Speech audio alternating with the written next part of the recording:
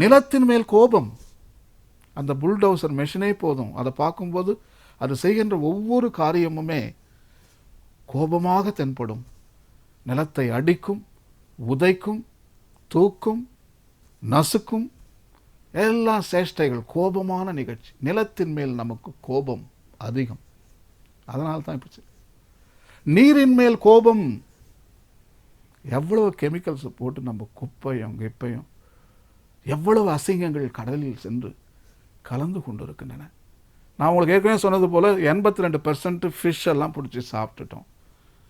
பெரிய பெரிய மீன்களுக்கு சாப்பாடு இல்லை, பசியால் செத்து கொண்டிருக்கின்றன. ஏனென்றால் அவர்களுக்கு தேவையான உணவை மனிதன் எடுத்து சாப்பிட்டு கொண்டிருக்கிறான். மீன்கள் மேல் கோபம், நீரின் மேல் கோபம், காற்றின் மேல் கோபம் உங்களுக்கு சொல்ல வேண்டிய அவசியமே இல்லை. ஒவ்வொருத்தரும் ஒன்று ஒன்று வச்சுக்கிட்டு இருக்கோம். மோட்டார் சைக்கிள், காரு, இல்லைனாக்கா வீட்டில் ஏதாவது போட்டு எரிப்போம். மலைகளெல்லாம் நம்ம மக்கள் யார் சொல்லி கொடுத்தாங்கன்னு தெரியல. அந்த மலைக்கெல்லாம் தீ வைங்க, புது புல் வருமா. ஆனால் ஒவ்வொரு வருடமும் எத்தனை உயிர்கள் அங்கிருந்து எஸ்கேப் ஆக முடியாது. ஊர்வன, பறப்பன பறந்து போயிடும். துள்ளுவன, எல்லா பூச்சிகளும் மிருகங்களும் அந்த மலைகள் இருக்கின்ற வாழுகின்ற எல்லாமே செத்து போயிடும். அந்த நெருப்பு போட்டு நம்ம எரிச்சு அதை சாம்பல் ஆக்கிறோம். ஸோ எவ்வளவு கோபம் பாருங்கள்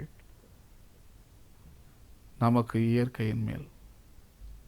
காற்றிலே கோபம், கடைசியாக உயிர்கள் மேல் கோபம்.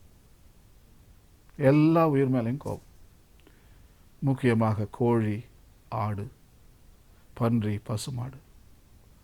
எவ்வளவு நன்மை செய்கிறது நமது பசுத்தாய். பால் கொடுக்குது, நெய் கொடுக்குது, ஐஸ்கிரீம் கொடுக்குது, ஸ்வீட்ஸ்.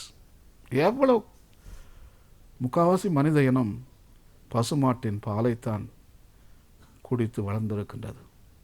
பசுமாட்டின் பால் தான் லாக்டோஸ் என்று சொல்லக்கூடிய அந்த ஹார்மோன் தான் நமக்கு இரக்கத்தை கொடுத்திருக்கிறது, நமக்கு மன்னிக்கின்ற சக்தியை கொடுத்திருக்கின்றது, பொறுத்து கொள்ளக்கூடிய சக்தியை கொடுத்திருக்கின்றது.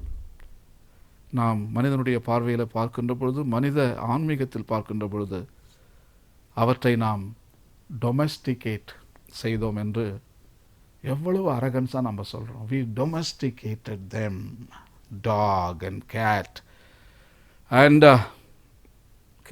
cow.